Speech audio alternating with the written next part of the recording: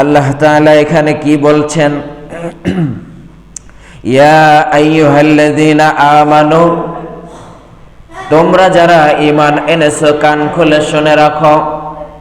আল্লাহ তাআলা বলছেন কুতিবা আলাইকুমুস সিয়াম।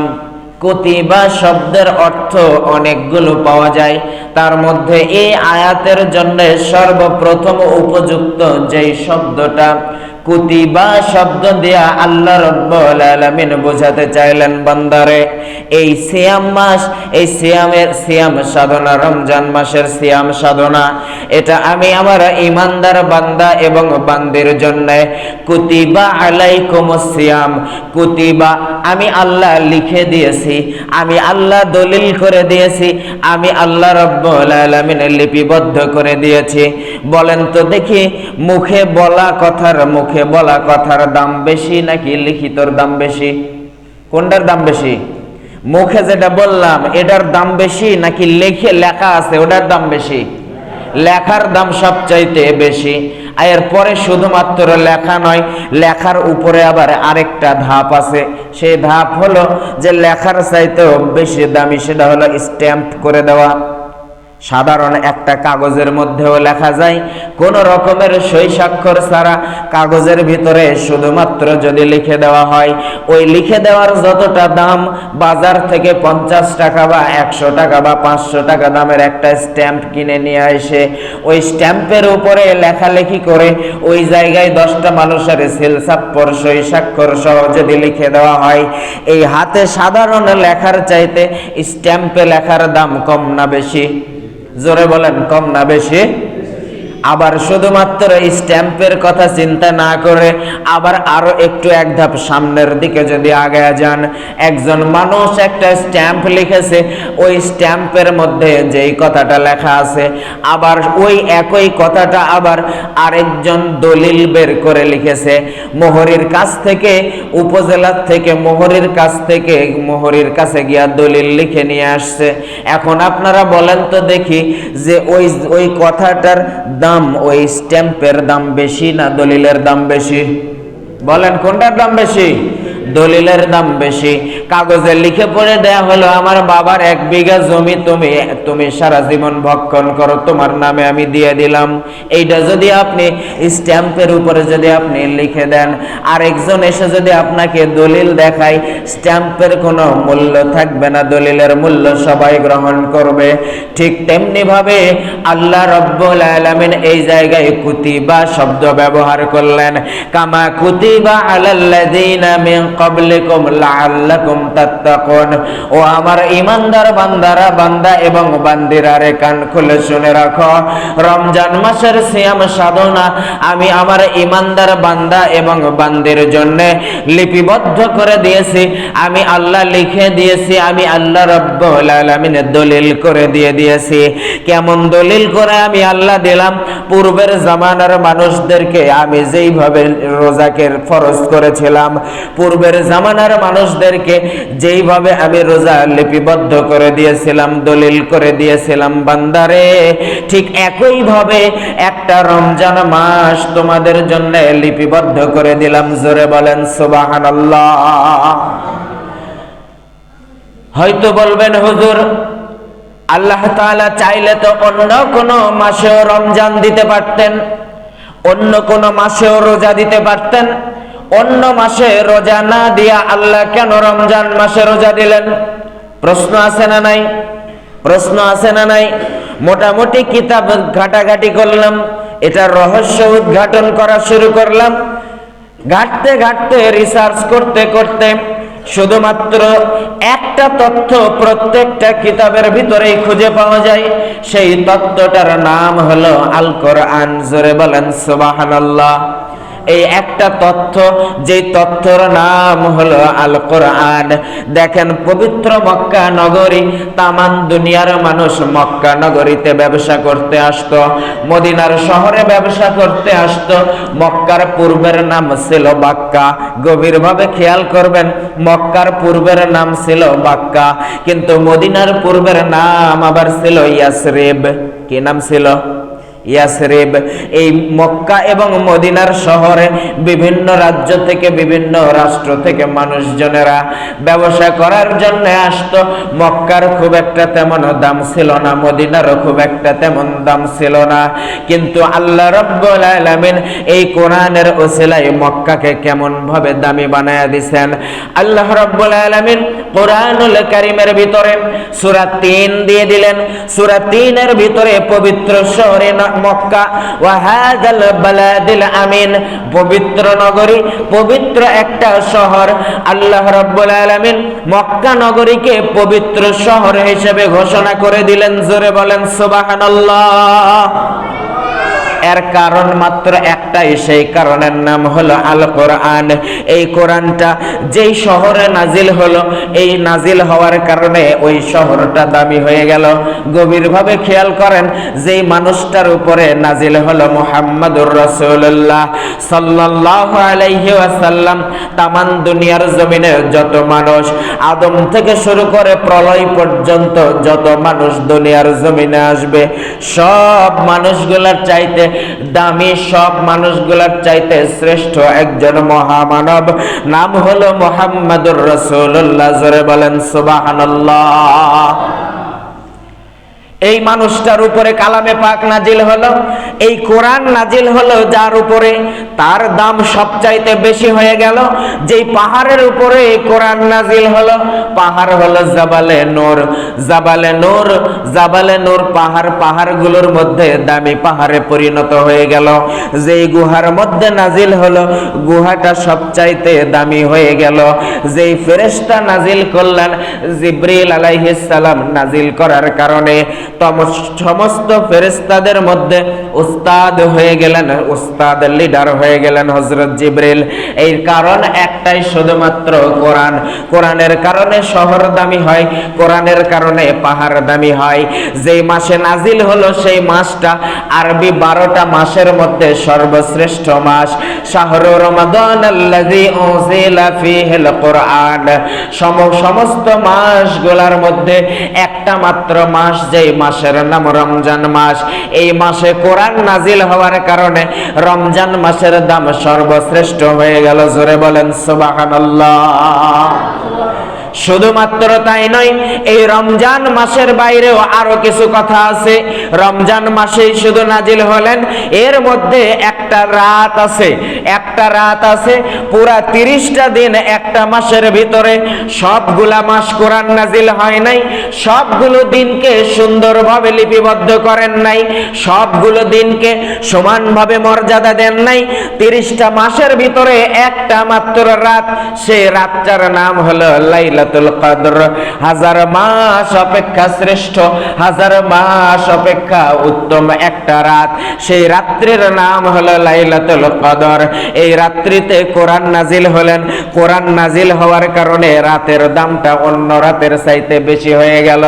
এখন কথা যদি বুঝে থাকেন বলেন তো দেখি, এই কোরআনের কারণে যদি এতগুলো জিনিস যদি দামি হয়ে যায়, এই কোরআনের সাথে যদি নিজের জীবনকে যদি খাপ খাইয়ে নেওয়া যায়, তাইলে নিজের দাম কমবে না বাড়বে? কমবে না বাড়বে? এতগুলো কথা আপনারা মনোযোগ দিয়ে লক্ষ্য করছেন কিনা? এই কোরআনের কারণে দেখেন, কোরআনের জন্য শহর দামি হয়ে গেল। শহরের নাম কোরআনের মধ্যে আসলো, হাযা বালাদিল আমিন, নিরাপদ নগরী। কোরআনের জন্য শহরের দাম বাড়লো, কোরআনের জন্য পাহাড়ের দাম বাড়লো, কোরআনের জন্য ফেরেশতার দাম বাড়লো, কোরআনের জন্য মাসের দাম বাড়লো, কোরআনের জন্য একটা রাতের দাম বাড়লো। তাইলে এই কোরআন দিয়ে যদি কোনো মানুষ নিজের জীবনকে পরিচালনা করতে পারে, তাইলে ওই মানুষের দামটাও আল্লাহ ঠিক একইভাবে বৃদ্ধি করে দিবে। বলেন সুবহানাল্লাহ। রমজান মাস শ্রেষ্ঠ মাস। এই শ্রেষ্ঠ মাসের পিছনে কারণ হলো দুইটা। বলেন কয়টা? দুইটা কারণে আল্লাহ রাব্বুল আলামিন রমজান মাসের মর্যাদা সব চাইতে বেশি করে দিছে। বলেন সুবহানাল্লাহ। তার মধ্যে 1 নম্বরে হলো কদর, আর 2 নম্বরে হলো বদর। সুবহানাল্লাহ বলেন। সেখানে বললাম বদর এবং কদর দুইটার ভিতরে দুইটা নামের কারণে 17 রমজান অধিকাংশ ক্ষেত্রে আমরা মানুষগুলো এগুলো মনে রাখি না। আন্তর্জাতিক মাতৃভাষা দিবস মনে রাখছি, বিজয় দিবস মনে রাখছি, স্বাধীনতা দিবস মনে রাখছি, তারপরে আন্তর্জাতিক ভালোবাসা দিবস নাকি বলেন, ওটা তো আন্তর্জাতিক ভাবে হয়, আন্তর্জাতিকভাবে মনে রাখা হয় ভালোবাসা দিবস। কিন্তু ইসলামের ভিতরেও মর্যাদাপূর্ণ এমন একটা দিবস আছে, যে দিবসটার নাম হলো বদর দিবস। পবিত্র রমজান মাসের 17 তারিখ অর্থাৎ 17 রমজান, এই রমজান মাসে বদর যুদ্ধ অনুষ্ঠিত হয়েছিল। এই বদর যুদ্ধ ইসলামের জন্য সর্বপ্রথম একটা যুদ্ধ। এই যুদ্ধের সময়ে আল্লাহ রাব্বুল আলামিন ফেরেশতা নাজিল করেছিলেন, আপনারা ঘটনা সবাই জানেন। ওই যুদ্ধের মধ্যে বলেন তো দেখি, জয় বিজয় কার হয়েছিল? বিজয় লাভ কারা করেছিল? মুসলমানের বিজয় হয়েছিল নাকি কাফেরের বিজয় হয়েছিল? মুসলমানের বিজয় হয়েছিল। তাইলে দেখেন, এই রমজান মাসে আল্লাহ রাব্বুল আলামিন পবিত্র কোরআন নাজিল করে দিলেন। এই যে রাত্রিতে নাজিল হলো, ওই রাত্রিটা লাইলাতুল কদর নামে পরিচিত হয়ে গেল। এই কোরআন হলো শুধুমাত্র নিছক একটা গল্পের বই নয়, নিছক একটা ধর্মের নাম শুধুমাত্র ইসলাম নয়, বরং এটা হলো কমপ্লিট কোড অফ লাইফ। পুরা জিন্দেগি বরাবর একজন মানুষের জীবনকে পরিপূর্ণভাবে তৈরি করার জন্য একটা পরিপূর্ণ গাইড বুক হলো এই আল কোরআন। যে আল কোরআন যে রাত্রিতে নাজিল হয়ে গেল, ওই রাত্রিটা লাইলাতুল কদর নামে পরিচিত হয়ে গেল। তামান বৎসর শুধু নয়, তামান জিন্দেগি বরাবর যতগুলা রাত আছে, সবগুলা রাত্রির মধ্যে একটাই রাত্রের মর্যাদা হলো লাইলাতুল কদর। আর এই মর্যাদা সব রাত্রের চাইতে শ্রেষ্ঠ মর্যাদা। বলেন সুবহানাল্লাহ। এটার নাম হলো কদর। আবার অপর দিকে আছে হলো বদর। বদর হয়তো আপনি বলবেন, প্রশ্ন আসতে পারে, যেমন মাঝে মধ্যেই প্রশ্ন করে, হুজুর রাত্রেবেলা আমরা ইবাদত করব, বেজর রাত্রিগুলাতে কদর তালাশ করব। বিশ্ব নবীজি বলেছেন, ও আমার উম্মতেরা রে, তোমাদের মধ্যে যদি একটা রাত, একজন উম্মত যদি একটা কদর রাত যদি তোমরা পেয়ে যাও, তাইলে নিজের জীবনটা তোমাদের ধন্য হয়ে যাবে। বলেন সুবহানাল্লাহ। কারণ একটা রাত ইবাদত করলেন 1000 মাস, 1000 মাস ইবাদত করার কারণে যেইটা সওয়াব হয়, তার চাইতে 70 গুণ বেশি সওয়াব আল্লাহ রাব্বুল আলামিন দিয়ে দেয়। বলেন সুবহানাল্লাহ। আর এই রাত্রিতে আমাদের তালাশ করতে হবে, বেজর রাত্রিতে। এর জন্য মসজিদগুলোতে ইতিকাফ দরকার। কি দরকার? ইতিকাফ দরকার। আর ইতিকাফ থাকার জন্য তো আগে আমরা তো দেখেছি মসজিদে মসজিদে ইতিকাফ থাকতো, আর এখন তো আর ইতিকাফ থাকে না। পরিষ্কার কথা, সোজা কথা, আপনারা জ্ঞানবান মানুষ, আপনারা বোঝেন। আমি জানি কোনো কথা ইশারা ইঙ্গিতে বললেও আপনারা বুঝে নেন, আপনারা অনেক বুদ্ধিমান আমি জানি। আশা করি এটাও বুঝে নেবেন। একটা এলাকাতে যদি ইতিকাফ যদি কেউ না থাকে, ইতিকাফ মসজিদে অবস্থান যদি কেউ না করে, এই মসজিদের আন্ডারে যতগুলো পরিবার আছে, যতগুলো মানুষ আছে, প্রত্যেকে গুনাহগার হবে, প্রত্যেকে গুনাহগার হবে। আর ইতিকাফ থাকার কারণে এলাকার থেকে আযাব, গজব, বালা মুসিবত গুলো উঠে যায়। আর এই ইতিকাফ কারা থাকবে?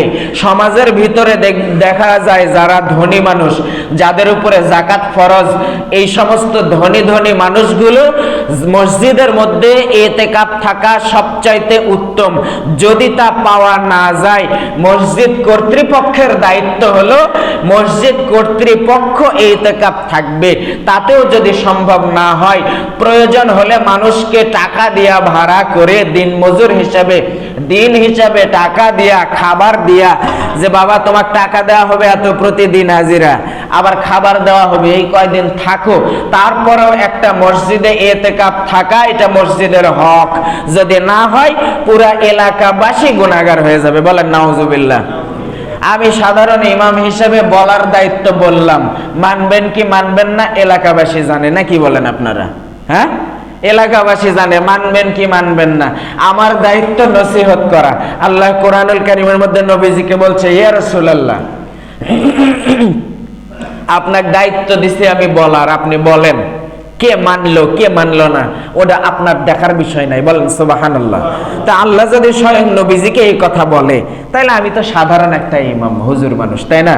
তো অতএব আসেন, যা বলছিলাম, অনেকে বলে হুজুর এই রাত্রিতে ইবাদত করলে লাইলাতুল কদরের সওয়াব পাওয়া যায়, কিন্তু এই মাসে তো আরো একটা দিন আছে যেটার নাম বদর, ওই বদরের সওয়াব পাওয়া যায়, এমন কোন আমল আছে নাকি?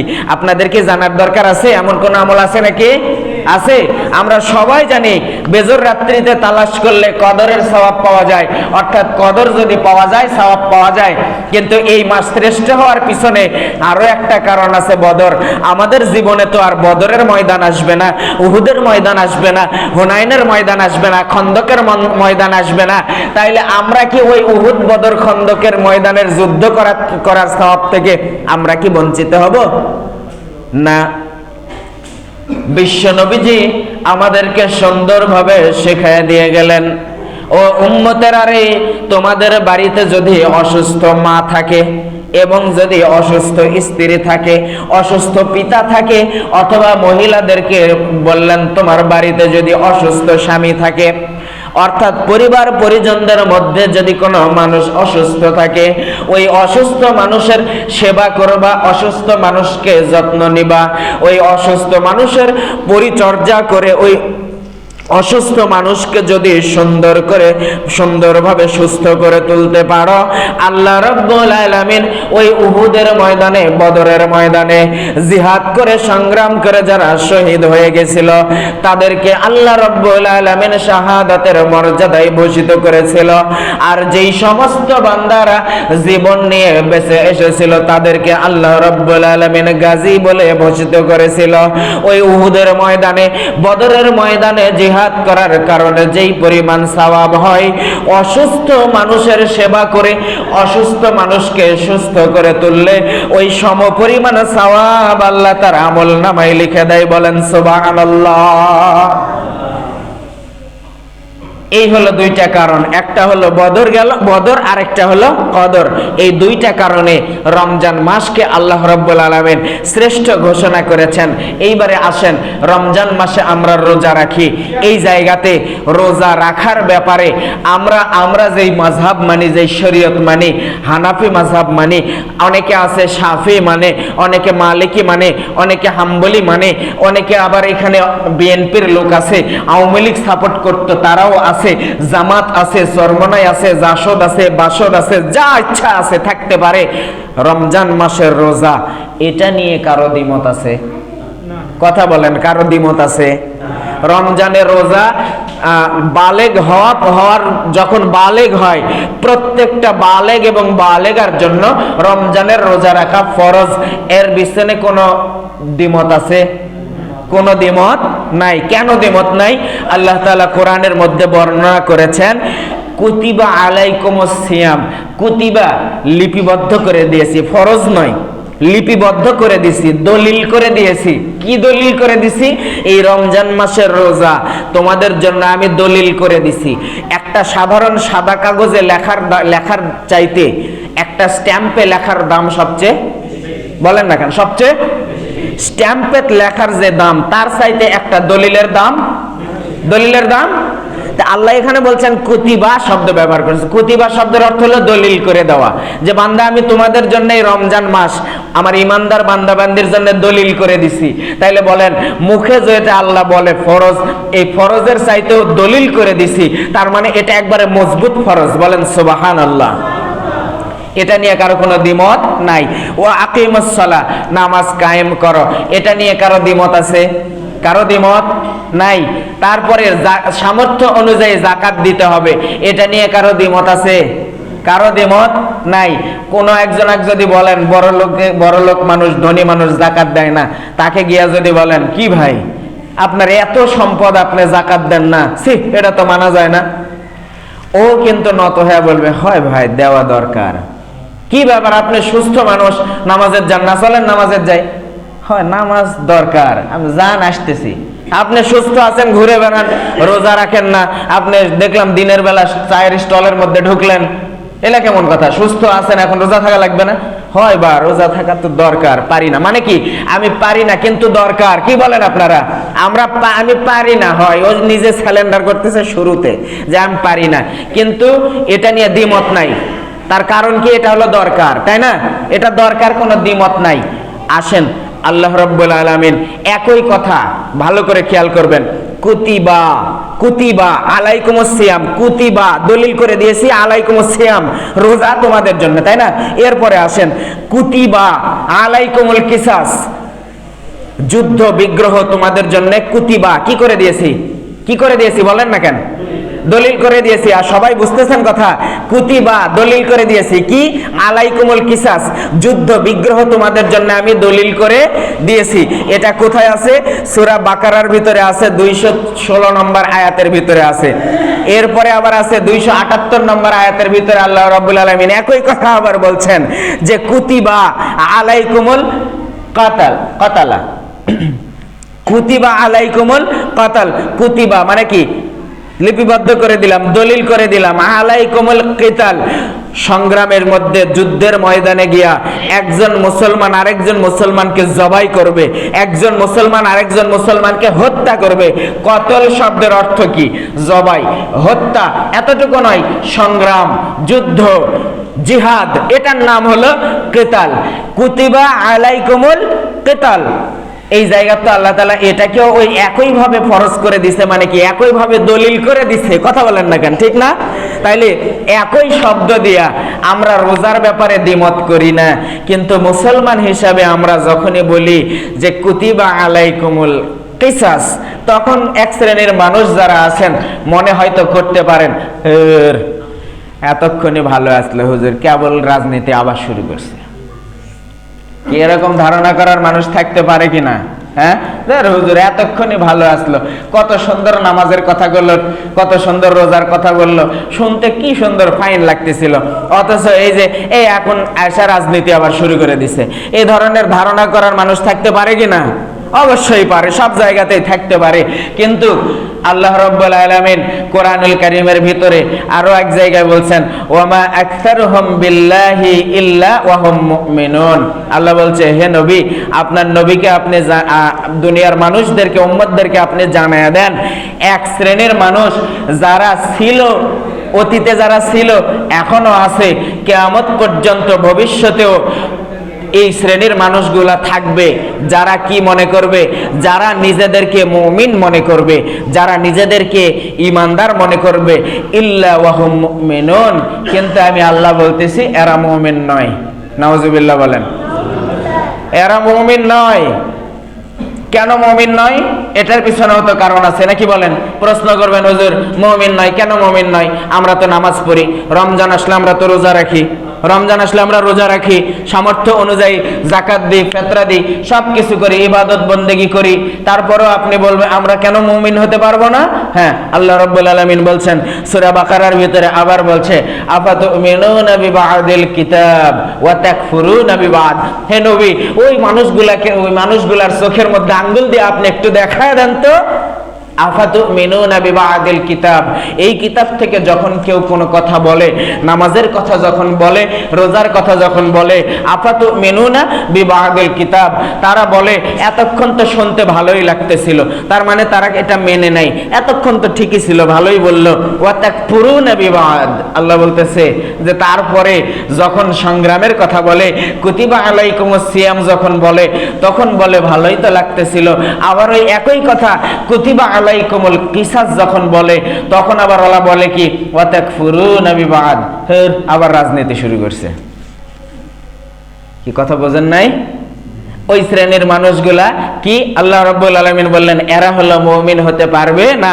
শুধু এক জায়গায় নয়, আরো এক জায়গায় আল্লাহ রাব্বুল আলামিন বলছেন যারা কোনো কোরআন থেকে কোনো অংশ মেনে নেয়, আবার কোনো অংশ বাদ দিয়ে দেয়, অর্থাৎ মাঝামাঝিতে থাকে, মাঝামাঝি অবস্থায় অবস্থান করে, তার মানে হলো যেইগুলা নরম নরম, ওই নরম নরম গুলা মেনে নেয়, নরম নরম গুলা মেনে নেয়, আর শক্ত যেইগুলা, শক্ত শক্ত গুলাকে বাদ দিয়ে দেয়। তার মানে হলো মিলাদের দাওয়াত এসেছে, মিলাদ পড়া লাগবে, বা একবারে 50 জন 100 জন বসা একবারে জিকির সাল্লাল্লাহ শুরু করে দিছে।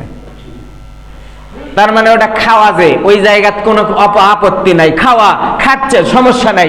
কি খাওয়ায় না যে খাওয়ার জোর, বাপরে, ওই জায়গাত আপত্তি নাই, খাবে।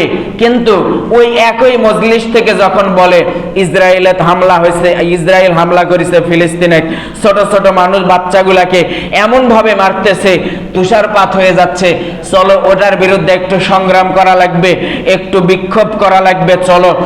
তখন ওরা আবার কি বলে যে না, ওদিকে না যাই, আমি এই রাস্তাতেই থাকি, এটাই ভালো আছি। মানে যেগুলা নরম এগুলো মেনে নাই, আর শক্তগুলো মানতে গেলে হয়তো নিজের পিঠে তো 2-4টা কিল পড়তে পারে।